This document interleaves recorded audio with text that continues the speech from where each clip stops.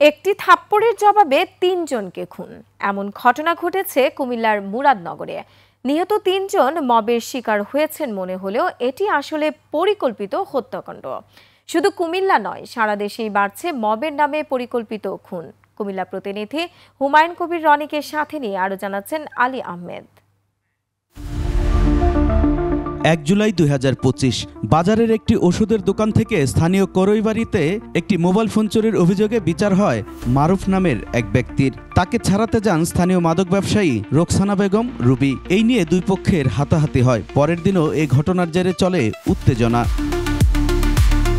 ৩ জুলাই মুরাদনগরের কোরাইবাড়ি এলাকায় একটি বিশাল বাড়ির সামনে হাজির হন শত শত মানুষ। ওই বাড়ির সদস্যদের সাথে কথা কাটাকাটির এক পর্যায়ে জনপ্রতিনিধিকে থাপ্পড় দেন বাড়ির মালিক রুবি বেগম। চোরের বাপে আমার শাশুড়ি কাছে আসছে যে আমার ছেলে তো ভাইরাল আছে, একটু কে বলো না ছায়া দেওয়ার জন্য। ২ তারিখ রাতে একটা পরিকল্পনা করা হয় এই রুবি আক্তারের ফ্যামিলিকে সাহায্য করার জন্য। ৩ তারিখ সকালবেলা তাদেরকে নির্মমভাবে পিটিয়ে হত্যা করা হয় এবং তার বাড়ি ভাঙচুর করা হয়। এরপরই পূর্ব পরিকল্পিত ছক বাস্তবায়নে পিটিয়ে এবং কুপিয়ে হত্যা করা হয় রুবি, তার ছেলে রাসেল মিয়া এবং মেয়ে জোনাকিকে। যেই বেটা মারছে আমার শাশুড়ির গায়ে হাত তুলছে, উনার নাতিন কি করছে আমার জামাই এই জায়গা বাস আছে না, বাস দিয়ে আপনার এইভাবে দিছে। এই মহিলাটার মারছে, আরো 2টা মহিলা মারছে, আরেকটা নিয়ে আহত আছে। 5 জন দোকানদার ছাড়া সবাই জড়িত। মোবাইল দেখছি।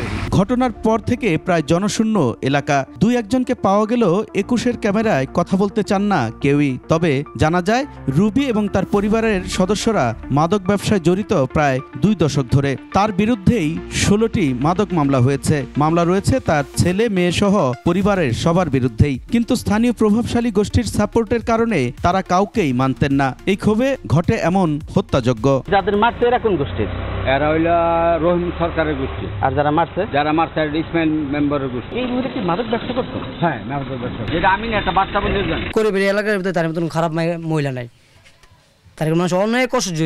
কুমিল্লার মতোই সারা দেশে 5 আগস্টের পর বেড়েছে মবের নামে মানুষ খুন। পিছিয়ে নেই রাজধানীও। ভাঙারি সিন্ডিকেটের দ্বন্দ্বে পুরান ঢাকার স্যার সলিমুল্লাহ মেডিকেল কলেজের সামনে হত্যা করা হয় লালচাঁদ ওরফে সোহাগকে।